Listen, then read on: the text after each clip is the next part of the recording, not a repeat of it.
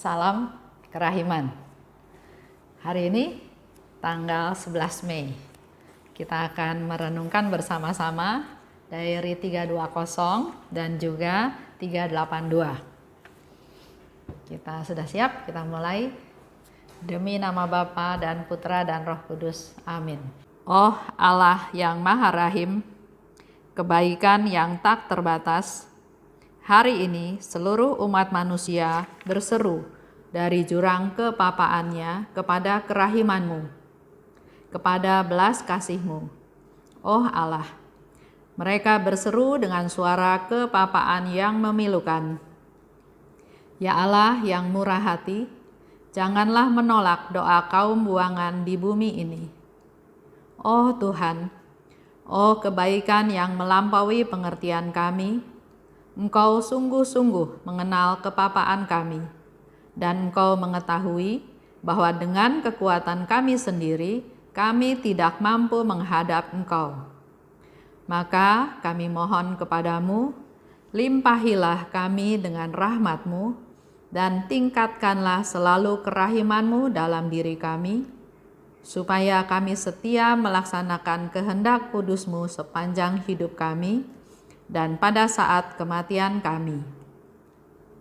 Biarlah kerahiman-Mu yang maha kuasa melindungi kami dari serangan musuh-musuh keselamatan kami, sehingga kami sebagai anak-anak-Mu dengan penuh pengharapan menantikan kedatangan-Mu yang terakhir, hari yang hanya Engkau yang tahu. Kami berharap akan menikmati segala sesuatu yang dijanjikan Yesus kepada kami, meskipun kami ini penuh dengan kejahatan. Sebab Yesuslah harapan kami. Lewat hatinya yang maha rahim, ibarat lewat gerbang yang terbuka lebar, kami masuk ke dalam surga. Demi nama Bapa dan Putra dan Roh Kudus. Amin. Kita lihat dulu teksnya 320. Yesus memberitahukan kepadaku betapa doa-doa penyelihan sangat berkenan di hatinya. Ia berkata kepadaku, doa yang dipanjatkan oleh jiwa yang rendah hati dan penuh kasih meredakan murka Bapa-Ku dan menurunkan hujan berkat. Sesudah adorasi, di tengah jalan kembali ke kamarku, aku dikerumuni oleh sekelompok anjing hitam yang besar, yang melompat-lompat, menyalak, dan berusaha mencabik-cabik aku. Aku menyadari bahwa mereka bukan anjing, tetapi setan-setan. Satu dari mereka berbicara dengan kasar. Karena malam ini engkau telah merenggut banyak jiwa dari kami akan mencabik-cabikmu. Aku menjawab, kalau memang itu kehendak Allah yang Maha Rahim, cabik-cabiklah aku, karena aku justru menginginkannya, sebab aku adalah yang paling celaka dari semua pendosa. Dan Allah selalu kudus, adil, dan tak terbatas kerahimannya. Mendengar kata-kata ini, semua setan itu menjawab serentak, mari kita lari, sebab ia tidak sendirian, yang Maha Kuasa menyertainya. Dan mereka lenyap seperti debu, seperti hiruk-pikuk jalanan, sementara aku melanjutkan perjalanan ke kamarku tanpa terganggu, sambil menyelesaikan Te Deumku dan merenungkan kerahiman Allah yang tak terbatas dan tak terselami. 382. Aku tahu bahwa aku hidup bukan untuk diriku sendiri, tetapi untuk sejumlah besar jiwa-jiwa. Aku tahu bahwa rahmat Yesus diberikan kepadaku bukan hanya untuk diriku, melainkan juga untuk jiwa-jiwa. Ya Yesus, samudra kerahiman-Mu sudah ditumpahkan ke dalam jiwaku yang adalah lubuk kepapaan belaka. Syukur kepadamu ya Yesus atas rahmat dan butir-butir salib yang Kau berikan kepadaku setiap saat dalam hidupku. Kita tahu ya, Yesus sangat berkenan terhadap doa-doa penyelihan. Oleh sebab itu, mari kita juga lebih sering lagi berdoa, melakukan doa silih untuk dosa kita, untuk dosa orang-orang, mungkin keluarga kita, saudara kita, orang-orang yang kita kasihi. Bisa juga berdoa silih untuk mereka yang membutuhkan doa kita. Doa yang dipanjatkan oleh jiwa yang rendah hati dan penuh kasih meredakan murka Bapa-Ku dan menurunkan hujan berkat. Doa yang dipanjatkan oleh jiwa yang rendah hati dan penuh kasih. Kita perlu menyiapkan diri untuk menjadi pendoa yang rendah hati dan penuh kasih. Karena kalau doa hanya di mulut, hanya asal aja doa tanpa persiapan, kemungkinan hujan berkat yang dijanjikan oleh Yesus tidak dapat kita terima. Karena tadi syaratnya rendah hati dan berdoa dengan penuh kasih.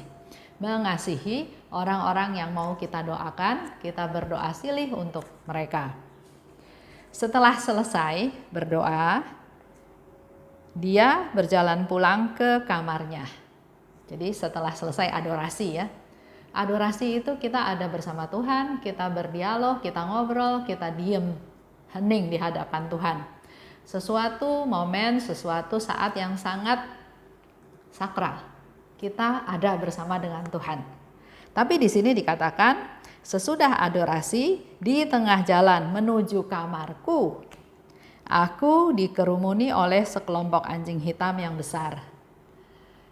Satu pemberitahuan juga bahwa bahaya itu selalu mengancam. Walaupun kita baru beradorasi, walaupun kita baru mengikuti perayaan Ekaristi atau apapun. Jadi kita dalam hal ini harus selalu berjaga-jaga, selalu siap-siap ya. Bahkan Suster Faustina setelah adorasi aja, dalam perjalanan dia ke kamarnya, dia dicegat oleh sekelompok anjing hitam yang besar yang melompat-lompat, menyalak dan berusaha mencabik-cabik aku. Dan di situ Suster Faustina tahu itu bukan anjing biasa, itu adalah setan-setan. Kenapa? Setan-setan itu marah. Karena dikatakan, malam ini engkau telah merenggut banyak jiwa dari kami. Dengan kita berdoa, dengan kita menjadi doa silih untuk orang-orang yang membutuhkan doa kita, itu juga diberikan satu konfirmasi bahwa jiwa-jiwa itu kita menangkan kembali. Kita tarik kembali dari kuasa-kuasa si jahat. Dan setan gak suka, setan marah. Sehingga dia bilang, ayo mau dicabik-cabik. Nah, reaksinya Faustina bukan ketakutan, bukan marah, bukan melakukan hal yang lain, tapi dia bilang cabik-cabik aja kalau memang ini sesuai dengan kehendak Tuhan. Dan ternyata akhirnya mereka semua menjawab serentak, mari kita lari sebab ia tidak sendirian. Jadi walaupun Faustina jalan sendirian, tapi yang Maha Kuasa menyertainya. Ini saya sedikit sharing, saya pernah dengar satu cerita. Jadi ada peristiwa pemerkosaan. Setelah dilihat ulang di CCTV tersebut, sebelum perempuan itu diperkosa, sebetulnya ada satu perempuan lain yang juga lewat di gang yang sama. Tapi ternyata perempuan itu nggak diganggu. Setelah lewat yang satu, perempuan yang kedua baru diganggu dan diperkosa. Pemerkosanya ketangkap, jadi ditanya, diinterogasi oleh polisi, kenapa perempuan yang pertama tidak kamu perkosa tapi kamu pilih yang kedua? Dan pengakuan daripada pemerkosa ini, perempuan itu nggak jalan sendirian, ada yang jaga di belakangnya. Bentuknya besar, tubuhnya besar, dan saya tidak berani. Oleh sebab itu, saya membiarkan wanita ini lewat. Baru wanita yang kedua yang menjadi sasaran saya. Di situ kita mau imani bahwa walaupun dia jalan sendirian, tapi Tuhan menyertai dia. Tuhan menjaga dia. Tuhan melindungi dia. Saya juga mau sharing, kalau saya dan suami saya pergi ke misa pagi dari rumah ke gereja, kami selalu berdoa. Apakah berdoa rosario atau berdoa koronka, tapi selalu dalam doa. Atau pernah juga saya suka setir mobil. Saya setir mobil dari Jakarta misalnya ke Tegal. Ada saat-saat kantuk. Tapi saya selalu ambil rosario, ambil koronka, saya berdoa. Jadi saya selalu membiasakan diri di dalam setiap keadaan, daripada kita diem, daripada kita berpikir yang aneh-aneh, pikiran ini melayang kemana-mana, saya selalu ambil rosario, ambil koronka, saya berdoa. Dan saya percaya, walaupun doanya tidak sempurna karena dalam perjalanan, karena tetap harus lihat lalu lintas di jalan, tapi saya yakin Tuhan menyertai saya. Nah, di nomor 382 di sana Faustina juga dikatakan dia tahu bahwa aku hidup bukan untuk diriku sendiri, tapi untuk sejumlah besar jiwa. Ini mengingatkan kita semua juga bahwa kita hidup bukan hanya untuk kita. Jadi fokusnya tuh bukan saya. Tuhan memberikan talenta, Tuhan memberikan rahmat, itu semua dimaksud oleh Tuhan untuk supaya kita menggunakannya untuk keselamatan jiwa-jiwa yang lain, untuk orang lain, ya, untuk orang lain. Itu yang menjadi pesan kita. Jadi di dalam hidup ini kita perlu berdoa silih. Doa silih itu adalah doa yang kita berikan untuk orang lain yang nggak ada kaitannya sama kita, nggak ada untungnya kita berdoa buat dia. Tapi Tuhan sangat senang. Dan doa itu dilakukan oleh orang yang rendah hati dan penuh kasih, maka limpahan rahmat akan Tuhan berikan. Dan dimanapun kita berada, Suster Faustina juga kasih contoh, setelah adorasi tetap masih diganggu sama setan, karena dia tidak suka kita berbuat baik. Mari kita sama-sama merefleksikan apa yang kita bahas hari ini, untuk menjadi satu masukan, satu pegangan untuk hidup kita selanjutnya. Kita doa, demi nama Bapa dan Putra dan Roh Kudus. Amin. Allah Bapa yang Maha Baik, terima kasih atas contoh yang sudah Suster Faustina berikan kepada kami, di mana kami harus selalu berjaga-jaga, kami harus selalu waspada karena si jahat selalu tidak senang dengan apa yang kami lakukan. Urapi kami Tuhan, berkati kami, agar malaikat-malaikat pelindung kami selalu menjaga kami, agar kami selalu ada di dalam jalan-Mu, ada dalam pemeliharaanmu.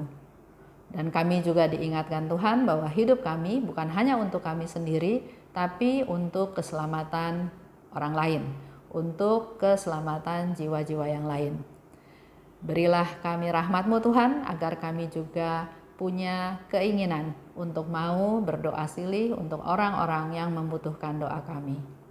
Terima kasih Bapa, dalam nama Yesus saya berdoa dan bersyukur. Amin. Demi nama Bapa dan Putra dan Roh Kudus. Amin. Salam kerahiman.